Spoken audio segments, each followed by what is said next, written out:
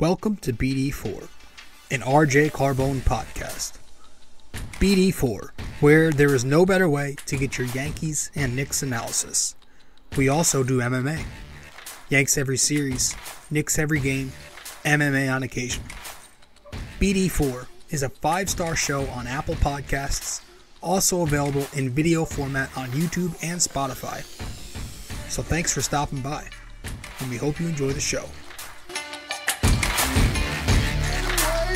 Champion of the world, turning, looking, see ya! Anthony for three, bang! That one goes down, and the game is tied! Time! Penetrates, creates, and showing some dexterity as well with the left hand.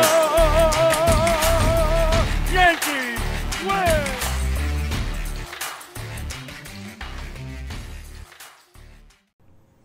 All right, welcome to the show. Welcome to BD4. I'm your host, RJ Carbone. You are listening to episode 474 of the podcast. Okay, let me get this one out of the way before we even dive in to last night's game. The Knicks are not getting Kyrie Irving, nor should they. Let's just get that one out the way. I want nothing to do with that guy. So earlier today, it was reported by Shams that Irving is unhappy in Brooklyn and he wants out. And if they do not move him by the 9th, which is the deadline, then he's going to leave in free agency. First off, can I say, it's funny because the Nets have been an absolute joke. Complete joke, despite all the unwarranted love from the media these past several years. I feel like they still have no championships to show during this era where they've assembled this new team. Instead, they have 3 superstars now who have requested a trade. They've got this guy Simmons, who refuses to play basketball year after year. They got, their own head coach got fired because their players didn't think they needed him. He gets fired. The new one comes in. It's not the guy from the Celtics. It's this dude Vaughn, and he actually does very well. And things are pretty quiet. But now Kyrie wants out. They were playing well, and now he wants out. And I'm just sitting here, I'm like, if this was the Knicks, it would be a media hellfire. It's blowing up a little bit. But the Knicks would be getting so much crap. You ever watch ESPN or Inside the NBA on TNT? They don't get enough respect as it is right now, the Knicks. I just can't imagine if the Knicks were to do something like that. If they were to give away all their assets and their young promising players and it didn't work out like it didn't with the Nets. And I say didn't because it's done for them. The Knicks will be getting ripped. But yeah, Kyrie Irving is just toxic. And I want no part of his garbage. It started back in Cleveland, right? He asks out of Cleveland after winning a championship with them because he wants to be the number 1 guy. All right, whatever. But then he goes to Boston. And after guaranteeing the fan base to their faces with a mic in his hands in the middle of the court of the fake garden, says, I'm going to stay here forever. Months later, he leaves. He wanted out. Comes to the Nets, and it's just a saga. Sits out a bunch of games with injury. If it's not injury, it's suspension. You've got the vaccine thing going on. The flat earth comments. He's just trying to be this this black figure with his comments about black athletes needing a separate league and how the bubble in 2020 was racism. He's got the Holocaust comments going on. It's insane. It's insane. And I'm sure there are a lot of other things that I'm not even thinking of off the top of my head, but he wants out now. And, maybe he's trying to get more money because, his $140 million contract isn't enough. He's due for a new one in the summer, obviously. But I mean, what a joke of a contract this was. $140 million for 4 years. And during that span, you've so far played in 49% of the available games. 49% of his games he's played in since signing the deal. He's a part-time player. That's the definition. A part-time player with full-time baggage. No thank you. It's the Lakers, I think Dallas, and Phoenix who are reportedly in the mix. And I think Miami might also make an attempt. Watch it come full circle. He'll go back to LA with LeBron. Westbrook will go to Brooklyn with Durant. But it's the whole thing. Yeah, I thought it was hilarious. Not shocking, but hilarious. You know, he has been way too good lately. He's been on his best behavior, but now he wants out, and he wants out by February 9th. And if not, he says he's leaving in the summer. And there's speaking your mind, but there's also doing it for no reason. You could have an opinion on the Holocaust and on black athletes and on the vaccine. You could have all those opinions, but other NBA athletes may have controversial opinions, but they're not randomly sharing it. Like, they know on social, like, they're smart about it. You got to know the NBA is a very liberal league. You know, it's not like the UFC where you can go up there talking like Sean Strickland. You got to be aware of your surroundings sometimes. You know, there's the part of that is being a leader and knowing what not to say and what to say. And it has nothing to do with basketball, so you should probably keep your mouth shut. I don't know. I don't want anything to do with them. I just want to get that out of the way before you start hearing Knicks fans advocating for the team to trade the entire farm for Kyrie Irving. Let's talk about this game last night. 106-104. The Knicks picked up the win. Yeah, it was a good one. A lot going on in this game. But it was a huge win.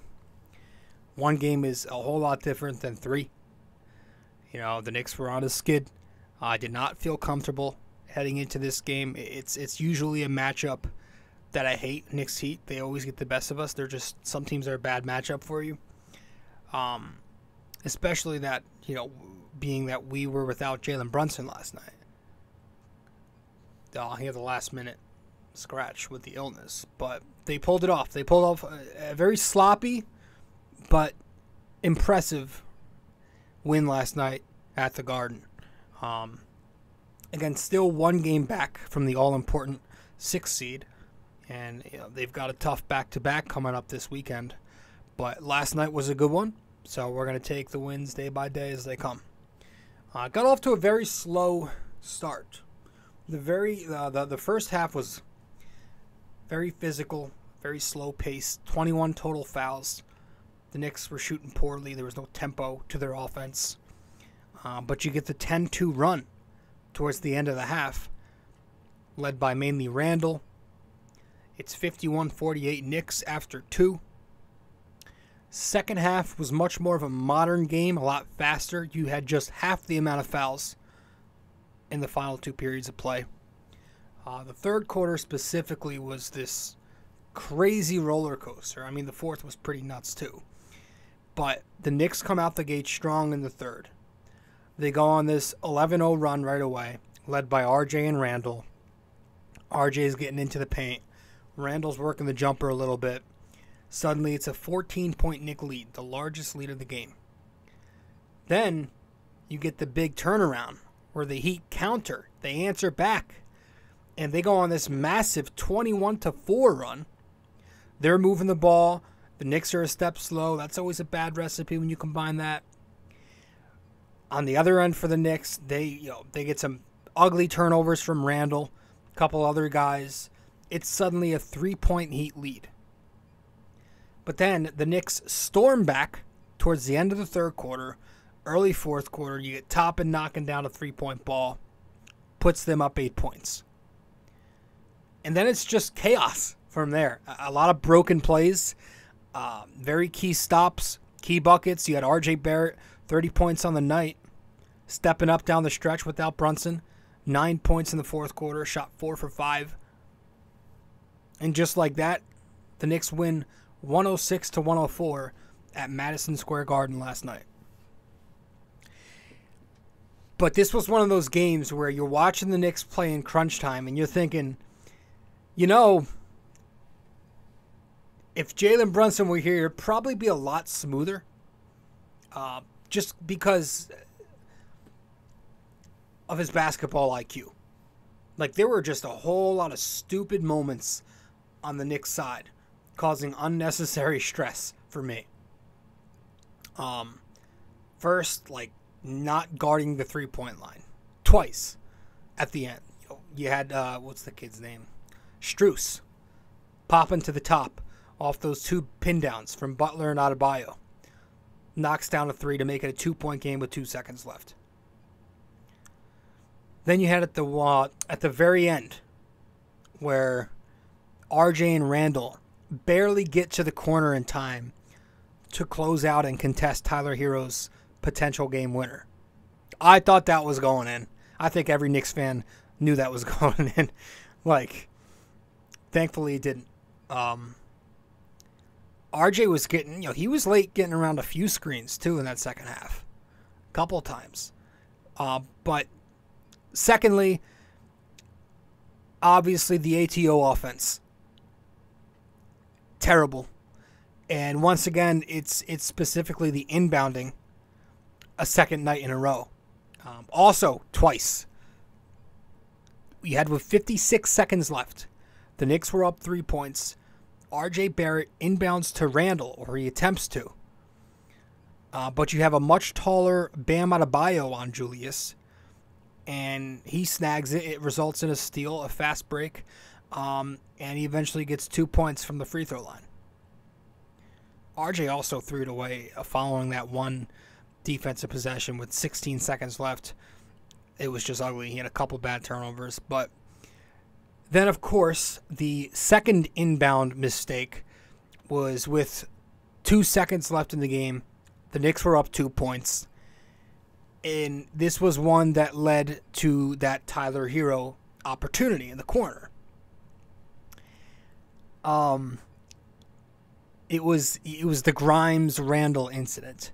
And maybe that's why, with the 2 inbound plays last night, you saw maybe that's why Tibbs wanted Jalen Brunson throwing the inbound pass the other night. Because he can't really trust anybody else to get the ball out cleanly. But there's also a side of me that says, well, he is a Derrick Rose guy. And Rose has a high basketball IQ. So if that was the case, he would just use him in these spots. So I don't know. Nonetheless, it was rough. And, whether it's turnovers, 5-second violations, not getting a shot up, basic ISO and a half-court set, we've seen this happen a lot where Thibodeau's ATO offense flops. But especially off the inbound. We've got to fix that. And that second inbound, it looked to me like a stack play. Like the Knicks were running some stack offense. Which you don't see that much past high school hoops. It looked a little like a variation of a stack offense. Because usually you'll have your guys line up, but then you'll have your 5 roll to the basket. But instead, the Knicks had their guys line up, and then they popped in 4 different directions across the full court. It was definitely unique. And I don't know if that was something Thibodeau drew up initially or he changed it last second, but it was, maybe the guys thought of it on the court. I don't know. It was unique. Didn't exactly work, though, because Grimes throws a tough pass to Julius, who loses balance and he falls down and, initially called a foul, but overturned and called a turnover. Not even a jump ball. And it was just wild. It was wild. And it looked like Grimes was determined to give it to Julius there. So I don't know if that was like a specific set designed. But ugly. But, yeah, we just have to do a better job read and react, and it's hard to watch. And hopefully Brunson is good to go, because that probably doesn't happen with him on the floor. Now, overall, the offense wasn't great statistically. Only scored 106. Some good, some bad. I think the 17 total turnovers was tough. Very uncharacteristic. Between Randall, RJ, and Hartenstein, you had 15. Randall with 7. Barrett with 5, and Hartenstein with 3. And a lot of that came with the Knicks, of course, struggling to bust that zone. Spoelstra runs a very unique defense. He mixes in zone with man-to-man, and he'll also throw a lot of traps. And I believe that led to a lot of turnovers, a lot of confusion, a lot of over-dribbling. You know, you saw Hartenstein trapped off an entry pass in the second quarter. That led to a turnover. RJ charging into a defender late second quarter, making a bad pass out of bounds out of a double team in this game. Second half, Deuce McBride was forced into a turnover where they trapped him off a baseline drive. So a lot of forcing the issue last night with the way Miami was defending, even before those final sequences in late fourth quarter. But there was some good. I thought the shooting, like the scoring, they did fine in the opportunities they got. When they didn't turn the ball over, they did a nice job cashing through with a basket. They shot 48%, 33% on threes, and 78% at the foul line. 6 guys on the team were over 40%. They won the glass by 11 rebounds. They won the paint by 16 points. They were +3 in second chance points. So it was very Knicks-like in the way they ran offense. Emphasizing 2 feet into the paint. Emphasizing crashing the offensive glass. But the difference was last night they didn't really take too good care of the ball. Although they did move it more. So the more volume of passes you have, it'll probably lead to more turnovers. And they did have 25 assists on their 40 makes, which is 63%. That's an above average number. So there were moments last night, even late, where you liked the way the ball was moving, especially with RJ Barrett taking on that lead ball handler role late. The Knicks had 8 assists in the fourth quarter on 12 makes. 6 of the 8 guys in the fourth quarter recorded, slurring over my words tonight, at least 1 assist. So there were times where it would look good. RJ was a big reason for that too. He was. You had that one possession with less than 2 minutes left and the Knicks a chance for some breathing room. RJ's in post up. He's doubled, kicks it down to Randall in the dunker spot, who then swings it to Grimes, who's spotting up weak side. The shot falls, and it's 100-95 Knicks. Good ball movement. I always like the ball movement where the ball doesn't touch the floor. With 40 seconds to play, the Knicks were up 102-101. Miami throws another trap on RJ up top. He spins out of it, finds Grimes, who slides over after screening, and then Grimes takes one dribble. He's on the fly, dimes his signature dump-off pass down to Hartenstein, who's cutting from the short corner. Knicks get the bucket. The hockey assist goes to RJ. Then you have the big steal at the end on that broken play by Hartenstein, who chases down the loose ball on the other side of the half court.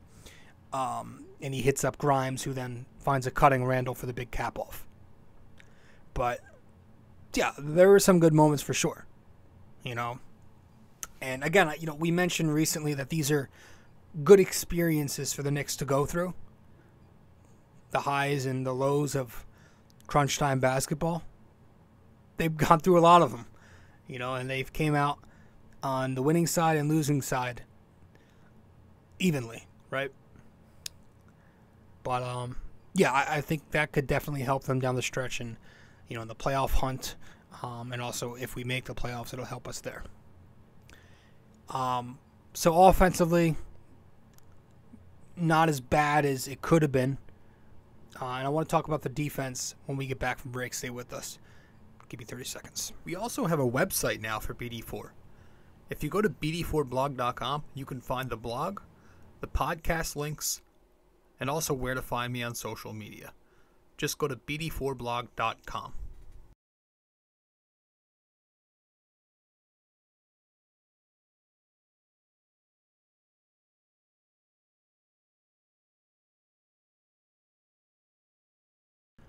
Welcome back to the show.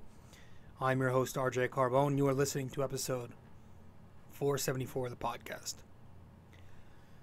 Defensively, obviously, the Knicks got it done as a whole. They held Miami to 104, although they're not the greatest offense. Bam Adebayo did get his 32-9. He absolutely killed Jericho and Hartenstein last night. Pick and pop game with Hero.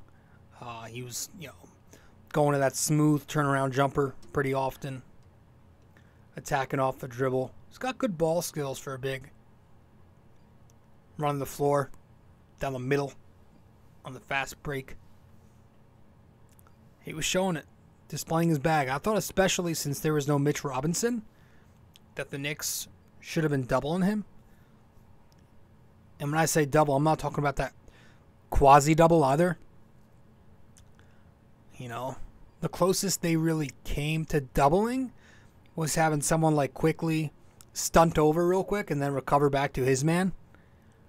Nobody really fully committed to a hard double. Fournier a few times, he was half in, half out. Randall, even with RJ on Adebayo and a few mismatches late, still no true double team. Clyde was getting frustrated with it. And again, that's the way we run defense, right? The help defense, it's why we allow a lot of three-point attempts. Because Knick defenders take 2.5, 3 steps towards the basket off the corners just in case guys need to stunt the dribble drive. So I thought we should have committed a little more to Bam Adebayo to slow him down. I did think we held Jimmy Butler in check very well. He only scored 10 points on 13 shots. Grimes did nice. He was holding his own down on the post, forced Butler into some tough jumpers. But yeah, overall, the defense was good. I was satisfied with it. And that's that. I guess we'll get into some individual performances. I got to hand out the game ball to RJ Barrett because I thought he deserved it last night. RJ Barrett gets the bing bong ball last night. Bing bang. Yeah. Sorry. I almost crashed there. I had to fix the screen. 30 points, 8 rebounds, 4 assists, 13 to 23 shooting. 0 of 5 from 3 and 5 turnovers. I thought he did a nice job answering back from his benching the other night. Again, I have no clue as to why Knicks fans were upset with that. RJ was very flat. He wasn't great on either end. While Quickley, who replaced RJ down the stretch, was hot and was going on both ends of the floor. This was versus against the Lakers earlier this week. But again, I think some of us just like to get upset for the sake of needing something to get upset about when it comes to Thibodeau. So that was the narrative the other night. But I thought he did a nice job answering back nonetheless and responding as he usually can when he deals with adversity.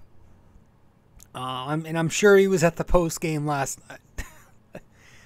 But yeah, RJ, big second half after a slower first half. Second half, he scores 20 points, 9 out of 12 shooting. Almost half of those, again, came in the fourth. He was attacking the paint very nicely, continues to do so. Was miserable from the arc, but 13 of 18 inside the arc last night. That's 72%. Crafty finishes. He had that one spin move where he ISO'd Hero and finished. That was just a sick move. I kept watching that over and over. The bully ball showing great touchdown there. The Knicks started running offense through him in the second half when he was getting downhill. and I was very happy to see that. On the season, RJ is now a tick under 60% at the hoop, which for a wing like him, it's not that good, but it's not that bad. You know, it's a career high, though, for sure. Year to year, RJ usually hovers around 53, 54% at the rim, which is obviously not good. This year, he's currently a tad like 59.4%. So he's just under 60. I thought he was good, man. Obviously, he's got to be better with the decision-making down the stretch. The 2 turnovers were just terrible timing. Stupid mistakes. Can't happen. But I did like his decision-making for the first 3 quarters. I thought he made some good rim reads on the fly, and I thought he read the doubles coming pretty well. He finished with 4 assists. So I thought he was good. I thought Quickley, Emmanuel Quickley last night, stepping into the starter's role, I thought he looked pretty okay. 8 points, 6 rebounds, 4 assists, a turnover, 2 of 5 shooting from 3. Kind of took a step back in the offense and let the other guys operate. Usually when he gets that starting point guard role, we've seen him, more involved and not afraid to shoot. Still, he gave you some scoring, but I also like that he kept rebounding and he kept playing point of attack defense and off-ball defense as well in the pass lanes, just using that wingspan. Very smart defender, always communicating. He's always fun to watch go and pursue rebounds. A few times last night where he positioned himself in front of Butler, Bam Adebayo, to grab a rebound off the defensive glass. I liked seeing that. So it was good to see him step into the starting role and continue to play well. And then the bench unit overall, I thought they stepped up. Bench unit played well. They were rolling in that fourth quarter. They had a rhythm. Thibodeau saw it, and he handed them some more minutes. Of course, nobody's going to mention that, but I will. I know a coach is supposed to make adjustments and do his job, but to a degree, you've also got to give him some credit, because if we so often criticize him, it only makes sense, and it's only fair.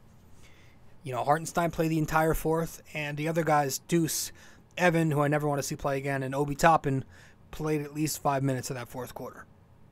Deuce was good. Timely shots last night, played very aggressively as the lead guard of the second unit since IQ stepped up into the starting role. 8 points on 3 of 3 shooting. Couple ones in the fourth quarter. Obi also hitting key baskets in the fourth. He had some 3-pointers, a nice finish on a leak out, but also that beautiful turnaround jumper near the nail in the fourth quarter. Nice move there. And then we get to Isaiah Hartenstein. I'm going to give Isaiah a game ball. Bing bang. I thought he played well off the bench. Last night, 8 points, 10 boards, 3 steals, and assist. He definitely got cooked by Adebayo. Missed a few more bunnies at the rim, which is his specialty. Missing at the rim. Rushed a few passes, but he did play the pass lanes well. He did rebound, some putbacks, and since he's a pretty big body, he was able to help contest the rim a little bit, at least last night. It's when he's got to start guarding up in space where I really worry, but last night you didn't see a ton of that. And Adebayo's a tough cover anyway. But yeah, as a whole, a solid game from the second unit and a solid win overall, man. A solid win overall, and that's it. That's it. So we got a back-to-back up next. It's the Clippers tomorrow night, the Sixers on Sunday night. If we can split those games, I will accept it. Obviously, the Clippers game is the one I feel like we should take.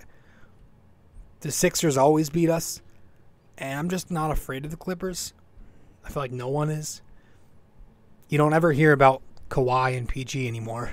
They're never playing, and if they do, I still feel like it's a winnable game. So that's next, and the Knicks got to focus on trying to get that number 6 seed back. They're now 1 back.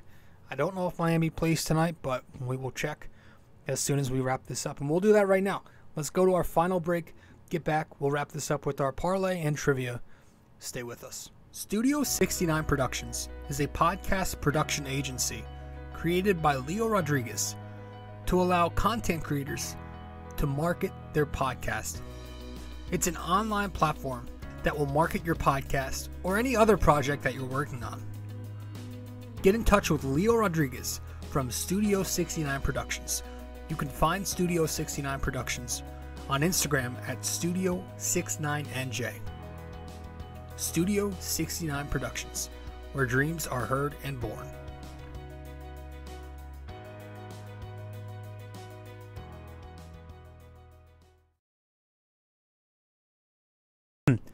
Welcome back to the show.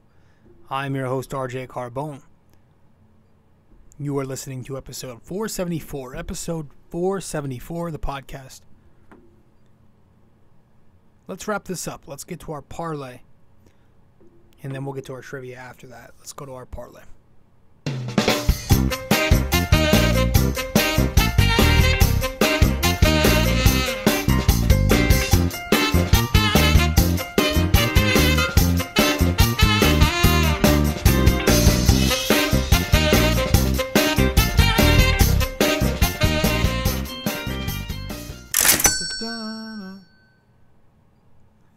All right, welcome to RJ's Parlay, where my degenerate self breaks down tonight's big parlay.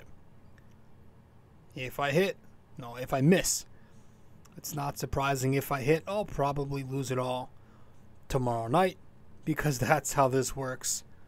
Welcome to RJ's Parlay. Tonight's big parlay, this was actually last night during the Knicks game. I won this parlay. I won it. Initially it was a 5-pick parlay for plus 115 odds. But again, the late scratch to Jalen Brunson voided that pick. But I still went 4 for 4. I got the alternate over of 205.5 in that Knicks Heat game. That cashed, as did the Randall 30-plus points, rebounds, and assists. Barrett 20-plus points, rebounds, and assists. And Grimes to knock down at least one triple. Again, it ended up being like negative odds because of the Brunson injury, but still, a win is a win. You'll take it, and I win this parlay, and I have not been winning many parlays of late, so it was nice to get back on the track, and we have cashed in. So, with that said, let's wrap this up with our trivia, and that'll be that.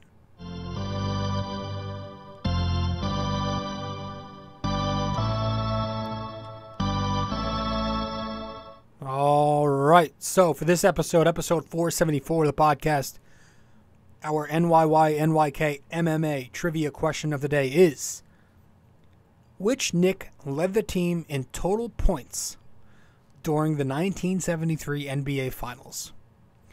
Which Knick led the team in total points during the 1973 NBA Finals? Let me know the answer wherever you can reach me. If you get the answer correct, I'll give you a shout out in the next episode. One final time. Which Knick led the team in total points during the 1973 NBA Finals? And that's it. I'm going to go watch The Wire. I started watching that series. I heard it's the best television show of all time from many people. So I'm going to see if it lives up to that hype and if I enjoy it more than I did Breaking Bad. Because I think Breaking Bad and Sopranos are like 1A and 1B with me. Let's see if The Wire can get to that tier. I'm enjoying it. I'm like maybe 5 episodes into the first season. And I've tried this show a bunch of times. This time I'm sticking with it for once. And I am enjoying it. I'm trying to focus more and actually pay more attention. Guys, thank you. I appreciate it, and I'll see you in the next show. Episode 474. That's a wrap. Later. This episode was brought to you by Anchor.